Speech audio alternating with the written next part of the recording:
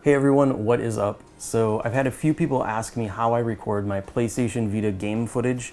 It's pretty simple. You actually have a couple different options. One, you can get a Vita capture card installed in your Vita or buy one with it pre-installed, but this is really expensive.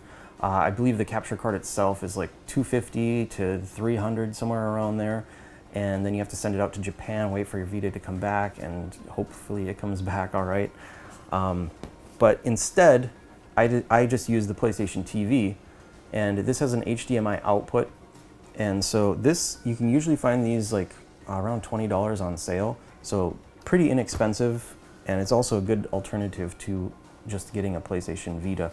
If you don't want to spend too much money, you can just get the PlayStation TV. It has 1 gigabyte of memory built into it, so you don't need a memory card right away either.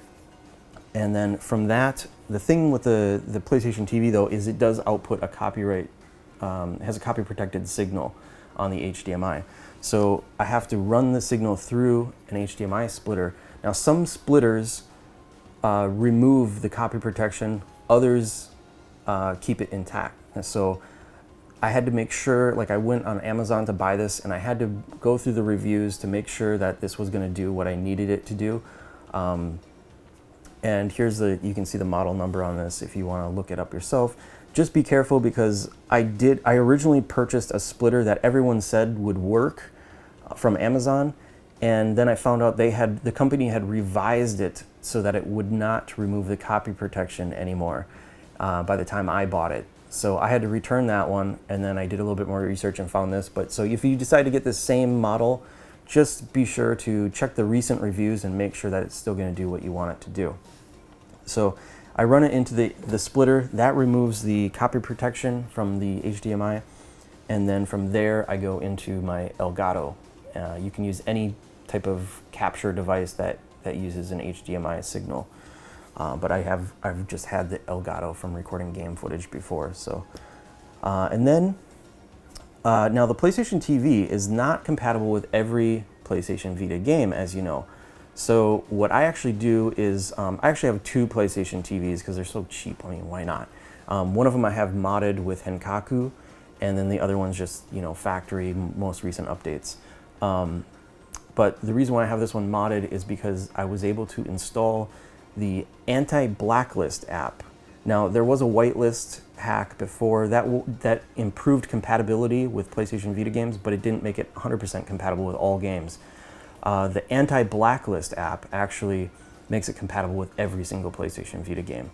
So now I'm able to actually play any PlayStation Vita game on the PlayStation TV, so I can record the game footage. And then I also recommend, if you're going to do that, you can either sync a DualShock 3 controller or a DualShock 4. I recommend the DualShock 4 because you can actually use the little touchpad on here as the touchscreen on a PlayStation Vita. So you can drag your finger around here, you'll see a little cursor appear on the screen, and that'll just kind of show you where you're pointed at, and then you can click it or tap it or whatever, swipe. You can do all the same type of stuff that you would do on the PlayStation Vita screen, just on this little touchpad instead.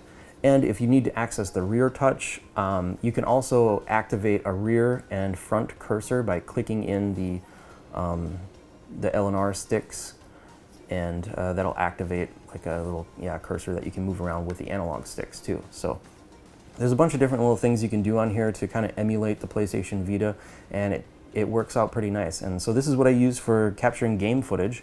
Of course, some games would be better if I had, just had it on a PlayStation Vita. If you need to frantically tap on the screen and swipe and pinch for whatever reason, that obviously works best on a PlayStation Vita. But if you're just recording game footage and just want to capture a few shots or whatever, this works perfectly fine. All right, so I'm just going to show you really quick how I hook this up. This is really simple. Basically, you take your HDMI from the PlayStation TV, and then you bring it into the input on the splitter. Now, this splitter does require external power too, so I would be plugging this in as well. But actually, I have all this stuff, well, I guess the splitter and the game capture device, I have that all hooked up behind my TV. So it's all hidden and just part of my whole system. And then that's also hooked up to my computer. So actually have this like kind of permanently hooked up behind the TV. So, and this is set to record from anything really. Like I just bring any HDMI signal, it could be from any device, into this, even if it doesn't need it, just in case it has some sort of copy protection on it. I just run it through there anyway. But yeah, so we'll just run it and connect it to the splitter, and then from the splitter, you can use either one of the outputs and then bring that into your capture device. So put it on the input of your capture device.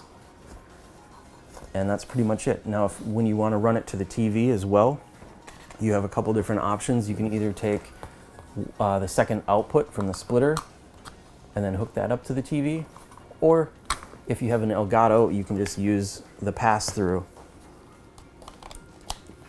and hook that up to your TV. So I usually use the pass-through, but that's only because I have like other devices running into the Elgato, and some of those devices may not be necessarily using HDMI.